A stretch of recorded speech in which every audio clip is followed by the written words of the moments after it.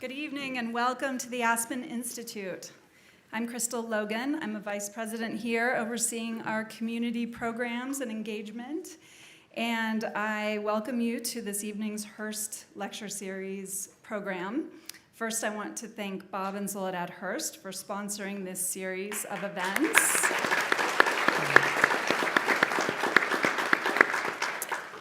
Thanks to our Society of Fellows members, whose support also allows us to do events like this year-round.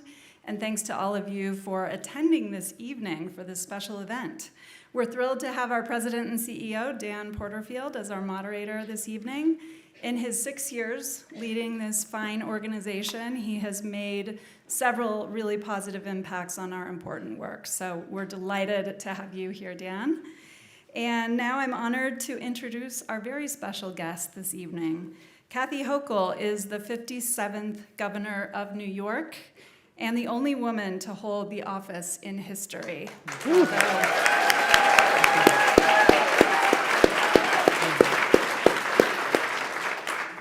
The first governor from upstate New York in more than 100 years, Governor Hochul's tenure has been marked by her efforts to address the affordability crisis, implement comprehensive gun safety reforms, and dramatically increase statewide housing supply. She has emerged as a national voice on abortion rights and mental health, and has positioned New York as a global leader across future-facing industries like high-tech chip manufacturing and AI innovation. So she's a native of Buffalo. She's dedicated her life to public service and to cheering for the Buffalo Bills. And now please join me in welcoming the governor of New York, Kathy Hochul. Thank you. Thank you.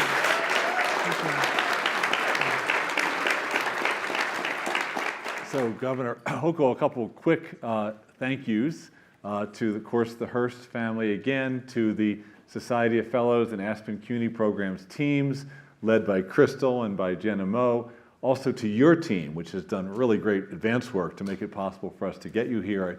Thanks to all of them. We are webcasting this, so all over upstate New York, I'm positive. People are watching right now, including my father-in-law, General John Hurling, who is from Auburn, along with my mother-in-law, and so he's watching right now, and I know he's go Auburn, exactly. Also, I want to just say a quick thanks, especially to some family members who are here. So your sister Sheila is here. Where is Sheila? Over there. Hey, Sheila, thank you for coming. And then these two sister-like cousins of yours are here, aren't they? Patricia and Sue. Patricia and Sue. And Sue is actually, Sue Doran, everybody here knows Sue. She's like in the pantheon of Aspen Institute gods and goddesses. She's been such a supporter for so long. So thank you for supporting Sue to support us. She's been asking me to come here for years, so I did it, Sue. Here I am. Hopefully the first of many, because we have lots of other ways we could host you and hear about your life, your leadership, your work, the concerns of the country, of the state. So I'd like to maybe start by, well, actually, let me ask this question. How many people here are New Yorkers by birth or by current zip code right now? Look at this. So we're, yeah. So how many children live there as well? That'll be just about everybody. Okay. There you go. So everybody wants to live in New York. It's not surprising, exactly. So I'd like to start by allowing this audience to learn a little bit about your background. And maybe how is it that you came into the world? Your parents are great role models, I know. And how'd you grow up, and how did that lead you into a life of service? You know, Dan, first of all, thank you for having me here. I'm really excited, and to my staff, they're incredible. It wasn't a real heavy lift to get them to come here, so but I'm happy you're all here. I love you all. I am the first upstate governor in 100 years. I'm actually the first governor from Buffalo since Grover Cleveland in 1883, so it's been a long drought. But nothing you ever expect growing up in Buffalo to happen to you, and it started earlier in Ireland, where my grandparents, Jack and Mary, had left great poverty, like many did. They had nothing. Their families basically said, as teenagers, you have to go because we can't support you any longer. Grandma and Grandpa started out as a migrant farm worker in the wheat fields of South Dakota. They got together in Chicago, were domestic servants, and they heard about this place called the Promised Land, Buffalo, New York. Why are you laughing? But there were steel jobs there. Bethlehem Steel was hiring people. And when Grandpa moved there, they started their family, 8 kids. My dad was the eldest. My dad worked at the steel plant. Grandpa was there. My uncles were there. And once people like my parents and grandparents could get that union card, that was their ticket to the middle class. So my dad was actually able to leave the steel plant once he got a college degree at a Jesuit school, Canisius College, by night and worked by day. And so they struggled. My parents lived in a trailer park that is still there. I visited it last weekend just to remind me of where my family comes from. My brother lived in a little tiny trailer. I came along. We're Irish Catholics, so about a year later, probably 9 months later, but who's counting? Many more followed me, including my sister. But we started out humbly, but really steeped in my religious tradition, which was do unto others as you would have them do unto you. The teachings of Christ were very important to my parents and grandparents. On the walls of my grandparents' home, it's a little tiny little house, and they had a picture of the Pope in one area, and they had a picture of Jesus Christ on the wall, and then they had a picture of John Kennedy. So I thought that like the Pope and Jesus and John Kennedy are all just about the same importance. So I think that's the intersection of religion and politics for me, seriously, as a child. I mean, we were taught to help others, even though in my family, we used to buy our clothes at the used clothing store, right, Sheila? We didn't have a lot, but my parents were always bundling up what we had, and we were taken into the city of Buffalo to help others. So it was that sense of obligation to others that propelled me just as a teenager to volunteer. I used to take an hour bus ride. Sorry, teachers, I skipped some classes. Study hall and lunch and everything, I bundled them together. And I was a volunteer for the Democratic Party as a 15-year-old, as a 16-year-old. My parents were not politically active, but they were the social justice Catholics who were marching against the Vietnam War. I had to wear a black armband to protest the war as a kid, and I had uncles who were serving in the military, so we enormous respect for men and women in the military, but understanding it was a war that none of us supported. And focusing on civil rights in terms of, marching for justice. And I remember when Dr. King was assassinated, where Bobby, I remember this like it was yesterday. It was a long time ago, but that's seared in my mind, the ideas of social justice and how it can be implemented through policy. And so I worked with Tim Russert. Anybody remember Tim Russert? Yeah. He's older than I was, but not by a lot. But I was that high school intern. He was out of college, and we all working on Moynihan's race in '76. So I was hooked on politics as a child, and never, ever, ever dreamed I'd ever run for office myself. So that all changed 30 years ago, and there's another story behind why I ran, but I suspect you want to know about other issues as well. But I'm blessed. I'll never forget where I come from. I never forget the people who are still living in the trailer park that's still there, the diner that I go to in Lackawanna, New York. It keeps you grounded, and you realize you're not better than anybody else, and we're just fortunate that the door opens to opportunities to serve. Yep, beautiful. Thank you. Thank you. So let's skip all the way forward to like a month ago, when I do want to go back to New York State, but let's just get right to national politics because you're such a force in that way. The landscape really changed when President Biden made his announcement in the service of our country. And then everything changed, and there was all this movement quickly around, well, what will happen next? So take us through, as an audience, your read on what's changed over the past 35 days or so, and what do you sort of predict comes out of this kind of a change in the landscape? Well, what changed is we have a new candidate for president on the Democratic side. And listen, I want to talk about Joe Biden for 1 minute. Yeah. what a transformative figure in history. He was only in 3.5 years. 3.5 years to be able to do what some thought would be impossible with the Republican House of Representatives. Now, when I served in Congress, I won in the most Republican district in the state of New York. I never should have been there. I served in the minority under John Boehner. I lost my seat in Congress because I refused to vote against the Affordable Care Act because people in my impoverished Republican district needed health care. So I've lived there. What I want to make sure we never forget is what he did in a short time to make people's lives better. The infrastructure bill. We have the largest infrastructure project in American history going on with the Gateway Tunnel because of Joe Biden. We have the largest private investment in Micron. We'll talk about that, but $100 billion invested in upstate New York. So he was an incredible leader that created thousands of jobs, and I want to just give him credit right now. He deserves to have the credit for what he did.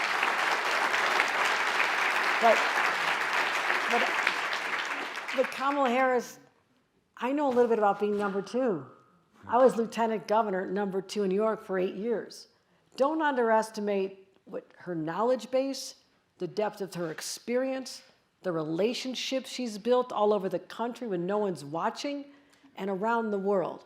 That is priceless. For her to be able to be in the position now, to be our candidate and our future president, we are so fortunate, and we give credit to Joe Biden for seeing the talent in her that was there. She's an exceptional individual, and I feel that she's been liberated now.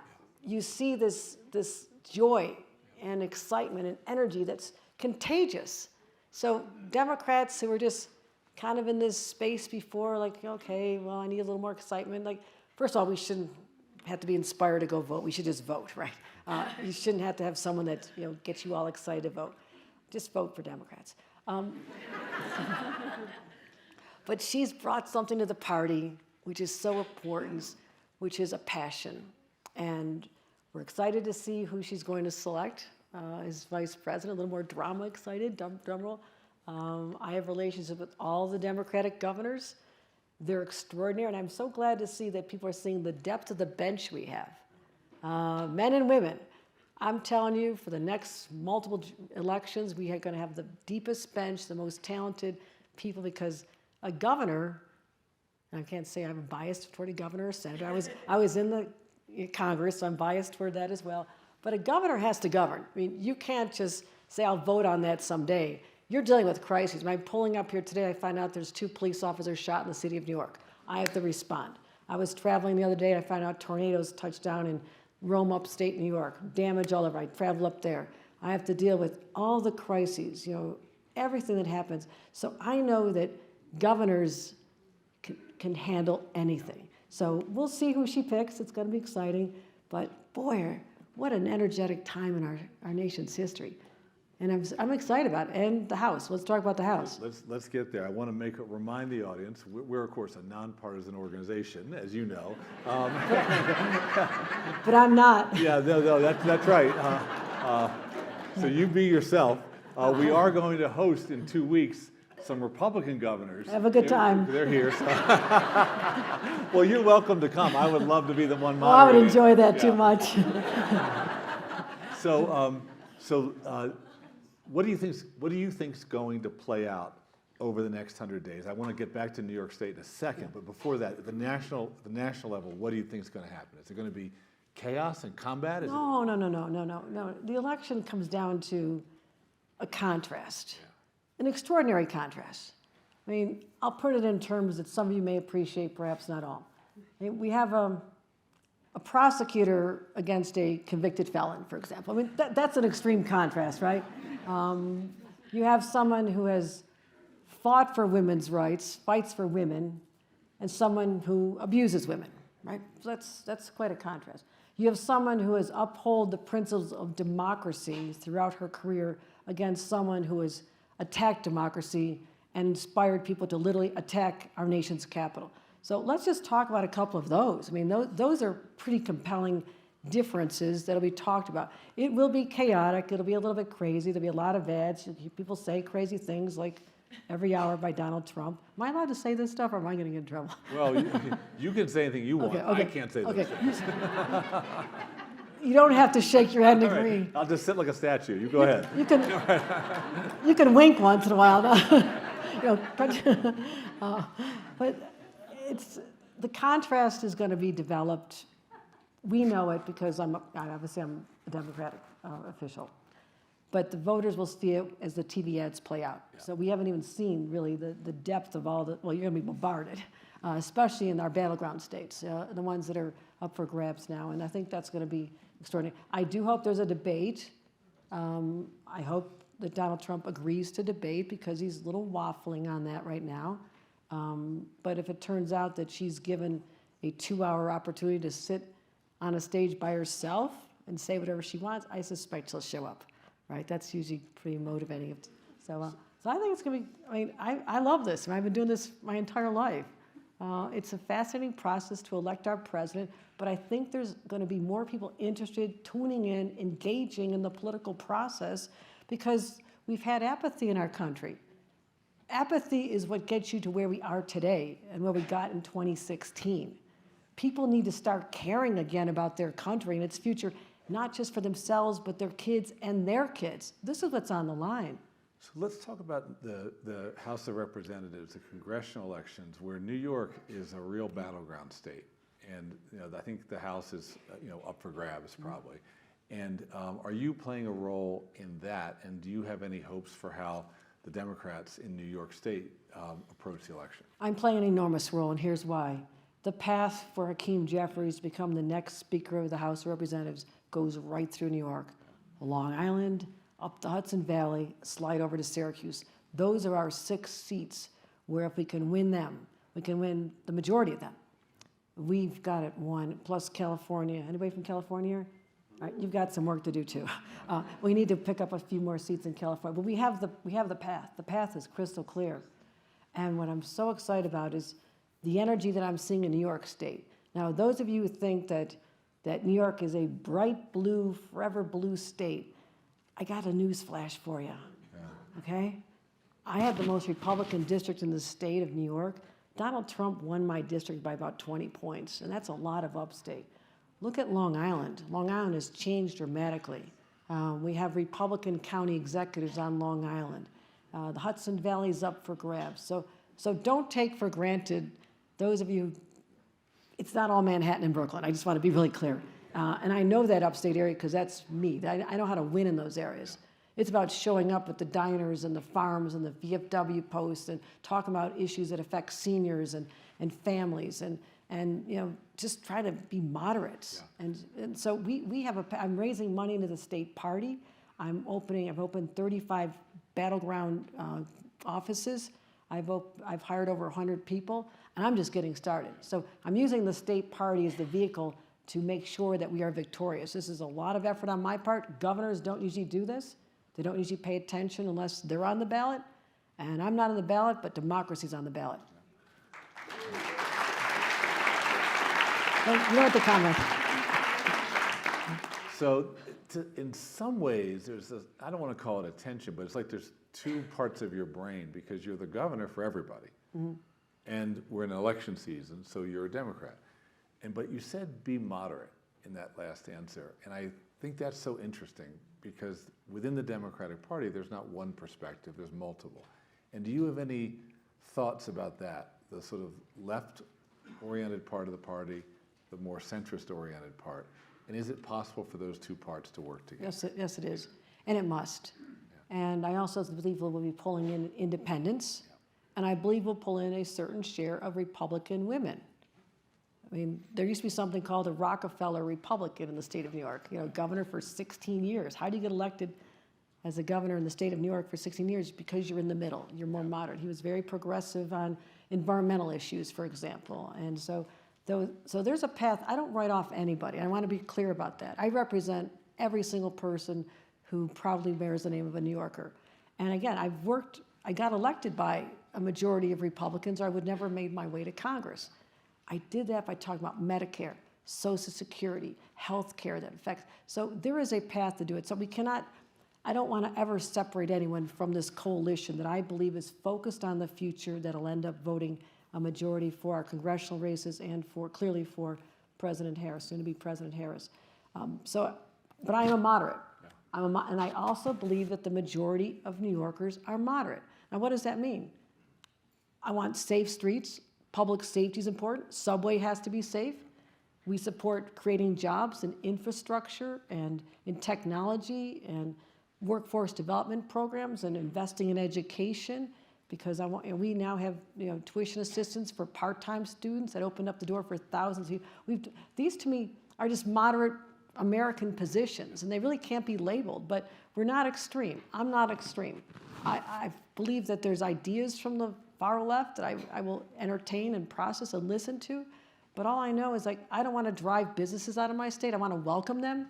I want people who are successful to feel welcome. This is their state, and not drive people away because they think our policies are too far to the left. Yeah, thank you. So let's turn to the state a bit and cover a sweep of issues. And the first one I would like to ask you about has to do with families. Your reputation and your record has been to really be thinking about needs through the lens of family. I think you gave us an insight into that with your opening answer. And is that right? And then why is the emphasis on family important for public figures who are trying to pull people together around policies that will make a difference? Because it transcends politics, number one. Yeah. Regardless of your party, you came from a family, you may have a family, may want a family someday. And what we can do to make New York a family-friendly place, we're taking on things that no other state has done. I signed into law to ensure that we focus on giving time off for women to get prenatal treatment, not just paid family leave, which we have very generous in the state, but think about infant and maternal mortality. The numbers are too high in the state of New York, especially in some of our boroughs in the city. So what do? A lot of these women are low-wage earners. If they leave their job to go to that doctor appointment for the monthly testing, they're not bringing home money for their other children. That's a real person that affects families. I said every employer, you're going to provide this so they have that help they need. Just a couple days ago, we announced that every family of four earning $108,000 or less will not have to stress about the cost of childcare like I did when I worked for Senator Moynihan and had to leave my job because I couldn't find childcare. I had to leave. There was nothing available to me. And also, right now it's $350 for childcare. A family of four, $108,000, it's $15 a week. It's all you're going to pay is $15 a week. Moms can get back to work in the state of New York. So those are just two examples about taking care of our kids, and then I worry about the mental health of our kids. And that's a whole nother topic of what I've seen happen to our young people and why we're focusing on social media legislation. I want to follow up on that. We were so fortunate to have the U.S. Surgeon General, Vivek Murthy, here during Ideas Festival. And he came out with the idea that there should be a warning label on some social media products. I know you've been thinking about that a lot, and is there some way to put more power in the hands of parents and other caring adults to help steer their children through these difficult times?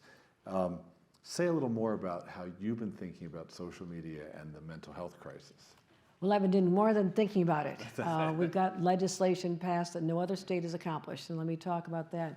When I first became governor in the end of 2021, the pandemic was still, it was still very much in existence in New York State. We had Omicron. We had a lot of people still isolated. We had young people working from home. I started doing a tour around the state to talk to young people about mental health. What were they feeling? What was going on in my throat? It's a little sore here. Might be the altitude. I'm not used to this. I was doing roundtables with teenagers and saying, we're just coming through the pandemic. How are you feeling? You doing all right? And the answers I were getting were stunning to me. While adults had moved on from the pandemic, last year, this year, the year before, young people have not. I mean, this was a significant percentage of their young lives. Whether you were a 6th grader or a 12th grader, you lost all those connections to your kids, students, teachers, your support system.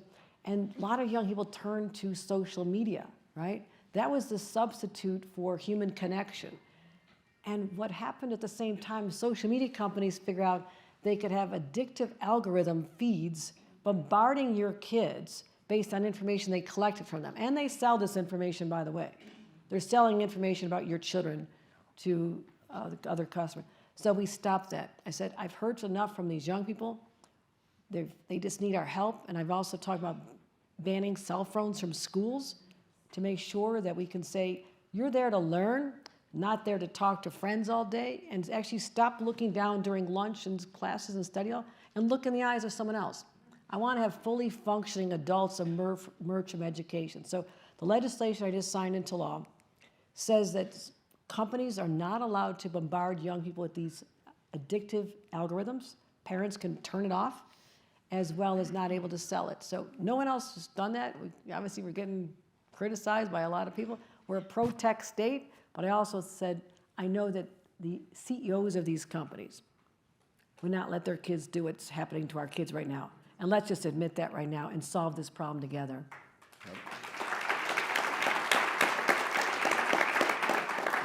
One of your initiatives I was reading was the Get Offline, Get Outside. What's that about?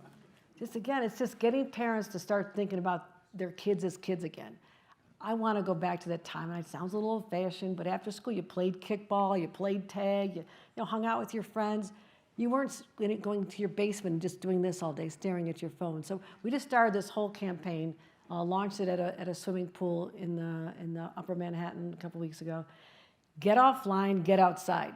Be kids again. Go outside and play. Walk in a park. Do something. And parents, just focus on your kids' mental health, because you may not know this. No one wants anything bad to happen to their kids. I'm the first mom governor of New York, and this is serious for me.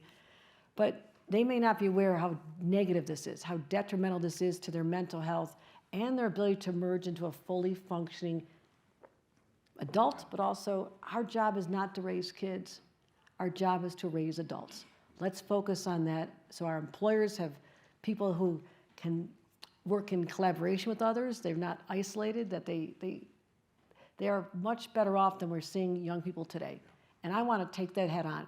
I'm leaning hard on this, and parents are so appreciative that someone is doing something that would look out for their kids' mental health. You know, one of the things we learned a little bit about the Aspen Institute, we do a lot of work on nonpartisan problem solving. And most of our operations in Washington, D.C. or around the country in community working on these issues, there's a group that's going to try to buy TikTok and turn it into a public good and completely remake the algorithm. They're climbing uphill, of course, to be able to do that, but the idea to actually take over the company and make it so that the part that's addictive and the algorithms that feed the kind of the worst instincts or the worst insecurities of us can be managed, possibly even by a citizen group. Wow. That would then be responsible for oversight of the content and for also validating influencers. Why don't the Aspen Institute take it over? Yeah, there you go. Let's have a collection right now. This is where kids are getting their information from. We're also launching media literacy classes in New York, because young people think that this is, even adults, they think that the feeds that are coming to them, that is the legitimate truth, that is the news. Yeah. The days of Walter Cronkite, and anybody remember that? You're all too young. You're all too young. I know you are. But there was legitimacy. You believed it. You trusted, and we don't have that now. Everybody tunes into something that reinforces their own values and their own beliefs, and we're not getting honest discourse. Young people are getting their news from TikTok, and that's the worst place to get it. The worst place. So if we can buy it, I'll be back in touch. All right, let's do it. Let's have the headquarters in Manhattan. Yeah, something that's interesting too is that you also are not anti-AI or anti-tech. In fact, I think you see AI and Empire AI as part of the sort of future for the state. And how are you thinking about that part of the tech? They're not exclusive. Yeah. New York State has become the #1 tech job generator in the nation. Sorry, Silicon Valley, it's not you anymore. It's us. And so people are flocking to New York City for tens of thousands of tech jobs. I embrace this. This is exciting to me. But I've said in my State of the State address just last January, whoever owns this chapter of artificial intelligence will hold the future in their hands. And I said, I want New York State to have that future. So what I did in my budget, I allocated $275 million, working with a consortium of private sector companies and universities who all kicked in. We have $400 million. And we are right now building the nation's largest supercomputer dedicated to artificial intelligence, keeping it in responsible hands, the largest one outside of privately held companies. So our state universities, our Cornell and NYU and a number of others, they are paying for the privilege of having access to this information that is going to help change society, solve society's problems. Responsible AI is the way we need to go. It'll create jobs, but also I want problems solved. And one of the ways I could solve this, that there was a young woman of color working on her PhD, and she was using AI to solve some of society's problems related to foster care. And when I introduced her to our state legislature, because normally they're saying, well, we don't know if we want to do this. She had them at hello. I mean, she was showing what this can look like, what we can be doing with this power, and New York is the first, and a lot of other states are going to be second, third, and fourth, but we're going to own this chapter. It's being built at the University of Buffalo. Why? Because we have the capacity there. Also, power is less expensive there. So that'll be driving all this across the state of New York. So it's a whole new era for us. And I think some people don't realize how powerful the higher ed, the community college and four-year college state systems are in New York. It's an enormous system, as well as the city university system in New York City. There's a lot of researchers, a lot of access to education. You don't see AI as putting people out of work. You see it as creating new jobs that people will then retrain themselves to hold. We will find the path. I mean, think about all the emerging technologies throughout our history. You go back to the manufacture of the buggy whip. We've had to make changes, and we adapt. And what you do now is you identify the perhaps at-risk industries and businesses and start seeing either how AI can support them or start transitioning, like when Bethlehem Steel Plant closed down and we lost 20,000 jobs in Buffalo, went overseas. No one had anything at the time, but then you had to retrain the workers into other fields. So now we're doing more advanced manufacturing in a place like Buffalo, a place like Syracuse, which again had legacy industries, had Carrier Corporation, air conditioning, GE. They're all gone, or just a shadow of their former selves. That's going to be the home of the largest manufacturer of semiconductors in our country. Micron is coming to Syracuse. There's a whole story behind that. Let's get to that. Because you're the one that need to make the case for that investment to be made. And so who were you making the case to, and what was your case? Well, first of all, President Biden and Chuck Schumer, Majority Leader Chuck Schumer, worked on getting the legislation through for the CHIPS and Science Act. So they had to create an incentive that companies would say, it's more worth my while, it's more advantageous to either bring the businesses home from mostly South Asia or to expand here in the States. So that gave the United States an advantage, number one. But what gives New York State an advantage? Because companies like a Micron that was looking to expand, they could go anywhere. They were being heavily recruited by other states. So I had to go to my legislature and say, this is what's on the line. I need $10 billion to have on the table, not just for one company, but available, that we would pay out for every job that's created, after the jobs are created. So you don't give the money on the front end and hope it works out. You say, after you've created the jobs, we'll give you this tax incentive. But it was more than just that. The CEO of Micron came to Syracuse. It was January. I was a brand new governor. Snowstorm. My staff was trying to discourage me from getting on a tiny plane to fly there and meet him. I went anyhow because I'm used to snow. I can handle it. And I was supposed to meet him for about 15 minutes, maybe half an hour. It ended up being a 3-hour dinner. And I was able to sell him on everything from the work ethic of New Yorkers, how there's this legacy of people going to a business and staying there their entire lives, like upstate manufacturing. I also talked about how we have the most talented workforce because we have such higher education institutions. We had everything from Cornell and Syracuse University, University of Buffalo. We had all of them available. They said we would need 9,000 engineers. I said, sure, no problem. I need some more engineers. So any engineers want to? So I promised that. But I also just talked about the quality of life in upstate. I said it's as simple. I mean, if someone has a 20-minute commute, they won't do it. I mean, we're building houses. It's simple. The attractions are good. We have the Adirondack Mountains. We have the Finger Lakes. We have all these amenities. So I just became this salesperson. I would not stop. And when it got complicated, the cost was going to be higher here because we use unionized labor, I wanted to create union jobs. I asked the head of the labor union, I said, would you like to have your workers working for the next 20 years? It's a 20-year project to build out this 4 fabs for manufacturing, or do you want them to leave? You need to give a little bit. You need to compromise. And they got the job done. So they're constructing it right now. And one of the first things we talked about, though, is how they have to give back to the community. And this is what I'm doing is we create incentives for businesses. We need to have you find local workers. They started recruiting people to work at Micron in the inner city, some of the underserved neighborhoods, the areas where kids have no role models of anybody working, maybe not even going to college. They started recruiting there. They're already training them. We changed the curriculum of the schools in the 9 counties to focus on STEM earlier. And so the workforce in that area will have an advantage to get those jobs. I said, you need to have childcare. Again, I go back to my, having to leave a job I loved as no childcare. They're right now building an on-site daycare center, childcare center for their workers. Okay, this is what you do, and it's all sustainable, LED. It's all focusing on sustainability and environmental protection as well. So you can get that from a company, and I'm getting 50,000 jobs in upstate New York and $100 billion of investment. That's a good win any day of the week.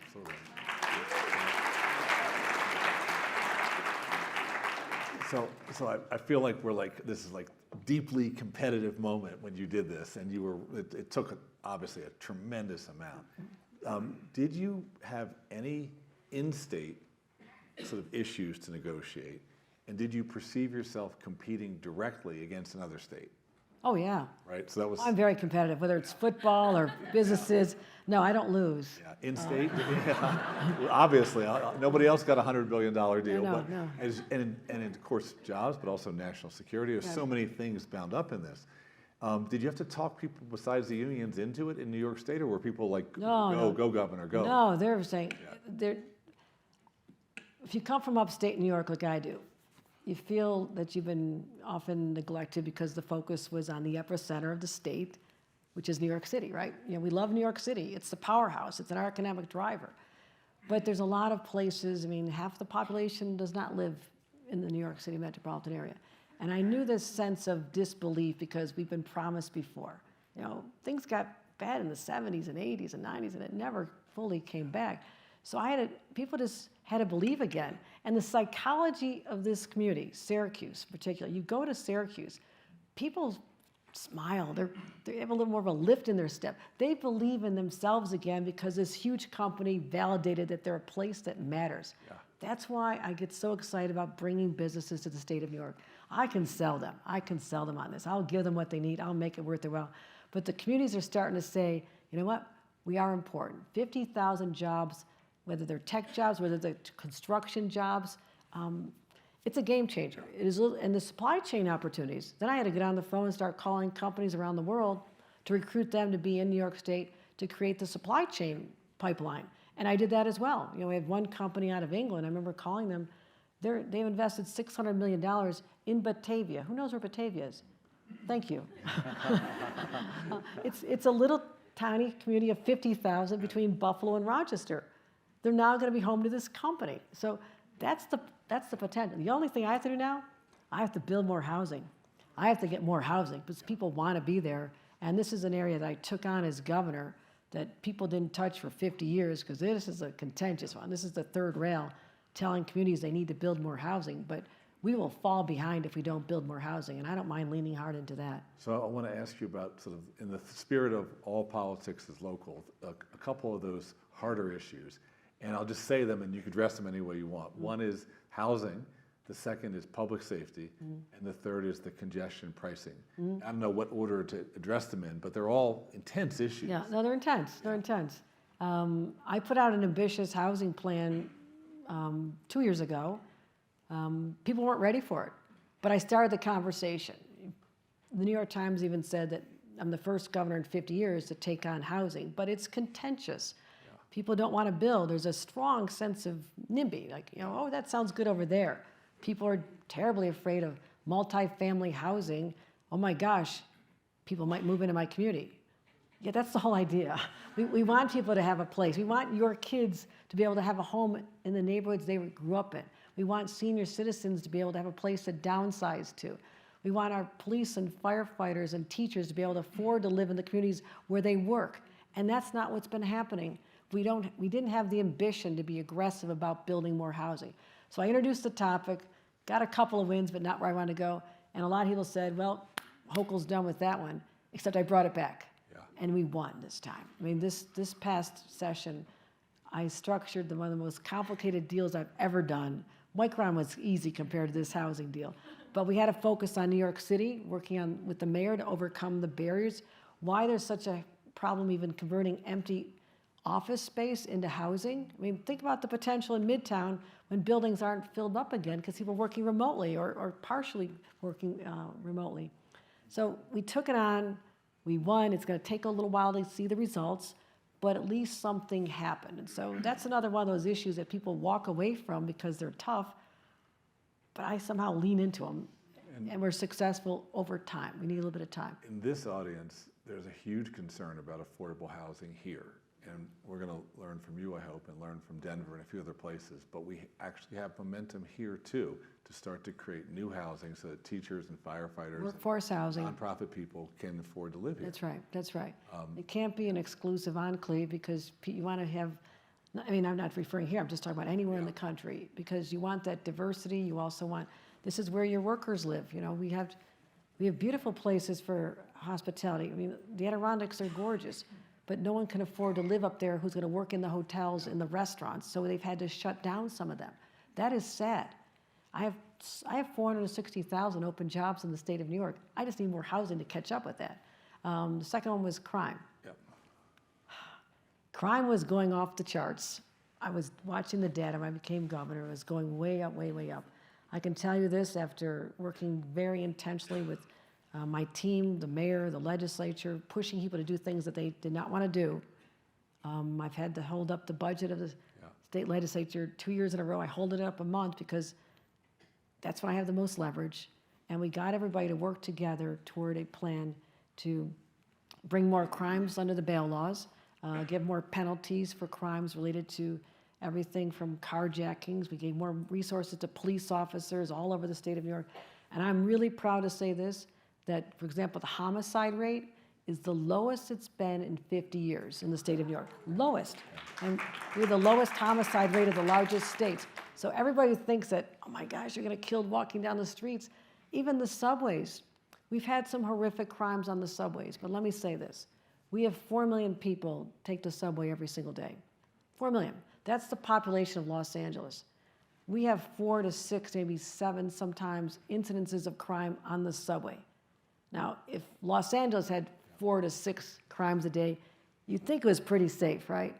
But I focused on I had my cops camera care. I added more police. I supported paying the overtime for NYPD to help more police in there. I added the National Guard down there as a deterrent. I put care means we get support for the homeless who are there, get them out. We have 500 who are long-term homeless in the subway stations, now in support of housing. And cameras on all the trains will be done by the end of this year. That's how you start changing the psychology around crime, because the data's there, but people don't feel it yet. And until they do, we have not been successful. And we are seeing that trend in a number of places over the past couple of years as governors and mayors have really leaned in on this issue. You said that it was hard at first because there were some that weren't sure they wanted to focus on this. And was it adding police, or was it the cameras? Like, what was it that was the resistance? There's been an evolution in attitudes, which is important. But there was a time when saying that you support the police, remember the defund police movement? I don't think anybody talks like that anymore. I think they realize that we have to support law enforcement because they're the foundation of our security. But that doesn't mean that you have to tolerate police officers who go too far. We need criminal justice reforms too. So we've demonstrated in New York State, they're not mutually exclusive. They're not. And I want to make sure people understand that. And I want to make sure people feel safe.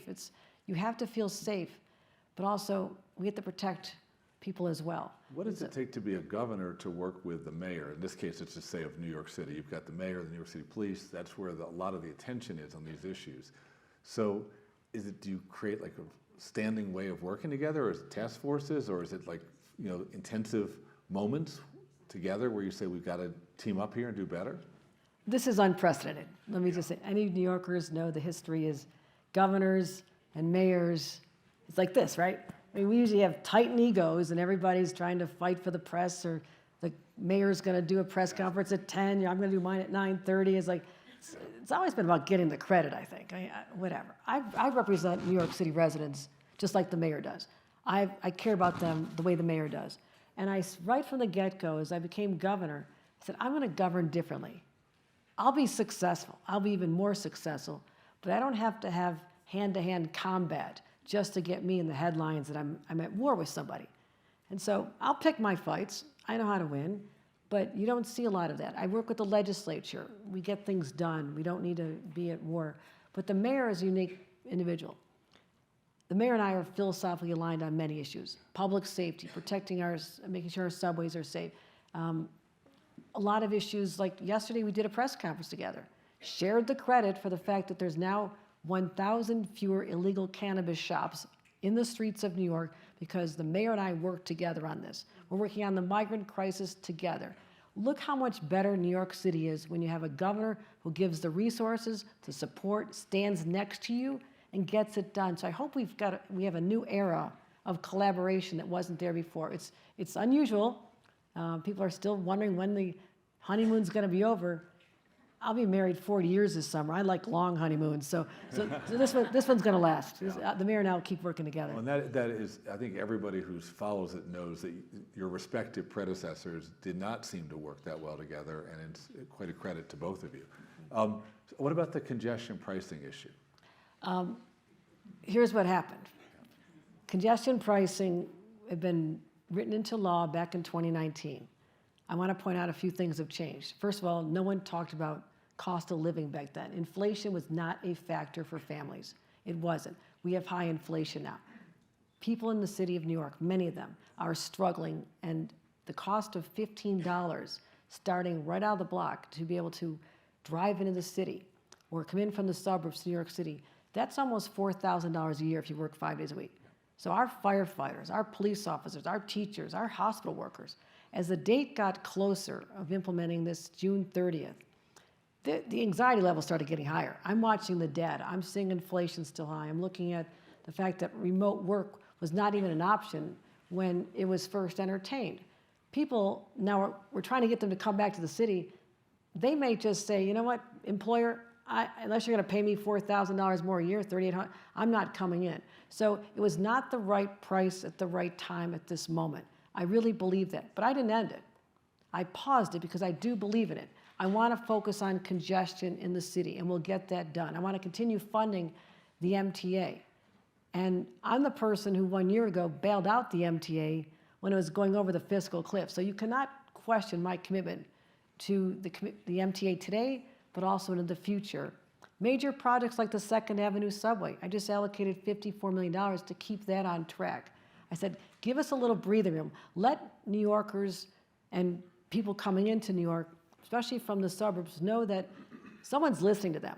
And that's kind of rare these days. I mean, I took that on. People are questioning it. I'm okay with that. I get questioned all the time. But I really believe to my core that $15 right now is too much to start. London, which everyone uses as their role model, started at £5 and over many years worked up to 15 pounds. They excluded their theater district. I'll tell you, Broadway and Times Square and the businesses in the city are scared to death of this, that people will see this and say, I'm not coming in. I'm going to spend my entertainment dollars. I could not do anything that would hurt the recovery at this time and hurt working New Yorkers who are struggling anymore, and that's why there's a temporary pause. This is what governors get elected to do, to make the extremely difficult decisions and with the trade-offs. You use the word pause. Do you have a sense of when it might unpause? And I realize you aren't going to make news in this interview, but people are probably wondering. No, I needed to do something at that moment. I'm working with the MTA. And the other thing with the MTA is they're about to show me their next 5-year capital plan. This was to finish, just people don't think we're investing in the MTA. We had a $55 million billion plan, $34 billion's already been spent. This was to fund the rest of it.